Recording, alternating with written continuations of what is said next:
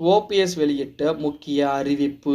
நம்ம போடக்கூடிய வீடியோக்கள் உங்களுக்கு பிடிச்சிருந்துச்சு அப்படின்னா ஒரு லைக் பண்ணி, நம்ம சேனலுக்கு வரக்கூடிய புதிய பார்வையாளராக இருந்தீங்க அப்படின்னா மறக்காமல் சப்ஸ்கிரைப் பண்ணிவிட்டு அப்புறம் வீடியோ பாருங்கள்.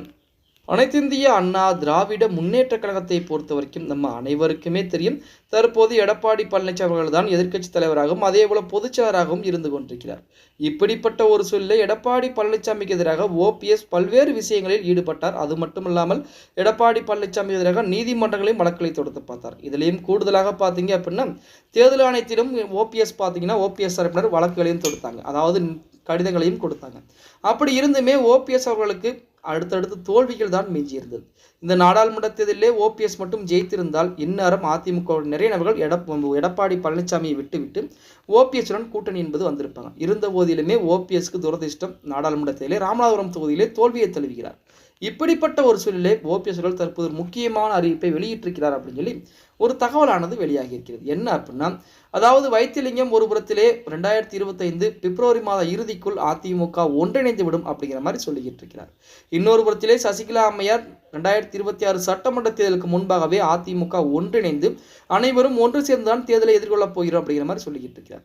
நமது ஓபிஎஸ் உடைய விருப்பமும் அதுவாகத்தான் இருக்கிறது. அதாவது ஓபிஎஸ் அவர்களை பொறுத்த வரைக்கும் இப்ப இல்ல, கடந்த வருடங்களிலிருந்தே சொல்லிக்கிட்டு இருக்கிறார் அதிமுக ஒன்றிணைய வேண்டும் அப்படின்னு. ஆனால் ஒன்றிணைய மறுப்பு தெரிவித்ததன் அந்த கோபத்துல தான் இரட்டை இலை சின்னத்தை முடக்க வேண்டும் அப்படிங்கிற நிலைமைக்கு போய்விட்டார். இப்ப இருக்கக்கூடிய சூழலை பொறுத்த வரைக்கும் ஓபிஎஸ் அவர்களுக்கு ஆதரவுகள் என்பது வெளிப்படையாக இல்லை என்றாலுமே மறைமுகமாக ஆதரவுகள் என்பது இருந்து கொண்டுதான் இருக்கிறது. இன்றளவுமே பாஜக ஓபிஎஸ் அவர்களுக்கு ஆதரவுகளை கொடுத்து கொண்டுதான் இருக்கிறது அப்படிங்கிற மாதிரி தகவல் வெளியாகி கொண்டிருக்கிறது. இப்படிப்பட்ட சூழலில் ஓபிஎஸ் அவர்கள் ஒரு தொண்டர்கள் உரிமை மீட்பு குழு இருக்கக்கூடிய நபர்களுக்கு, அந்த தொண்டர்களுக்கு பார்த்தீங்க அப்படின்னா ஒரு அதிரடியான அறிவிப்பை வெளியிட்டிருக்கிறார். நீங்கள் ஒன்றும் கவலைப்பட வேண்டாம், நான் அரசியல் செயல்பாடுகளில் ஈடுபடவில்லை, அரசியல் செயல்பாடுகளை குறைத்துக் கொண்டே இருக்கிறேன் அப்படின்னு சொல்லி யாரும் கவலைகளை பட வேண்டாம். ஏனென்றால் மிக விரைவாகவே அதிமுக ஒன்றிணைய போகிறது. அதற்குரிய வேலைப்பாடுகளில் நான் மறைமுகமாக இறங்கி வேலை பார்த்து கொண்டிருக்கிறேன். அதன் காரணமாக தான் வெளிப்படையான அரசியலில் என்னால் செயல்பட முடியவில்லை அப்படின்னு சொல்லி நமது ஓபிஎஸ் அவர்கள் பார்த்தீங்க அப்படின்னா அதனுடையான ஒரு தகவலையும் பகிர்ந்திருப்பதாக தகவல் தற்போது வெளியாகி இருக்கிறது அப்படின்னு சொல்லலாம்.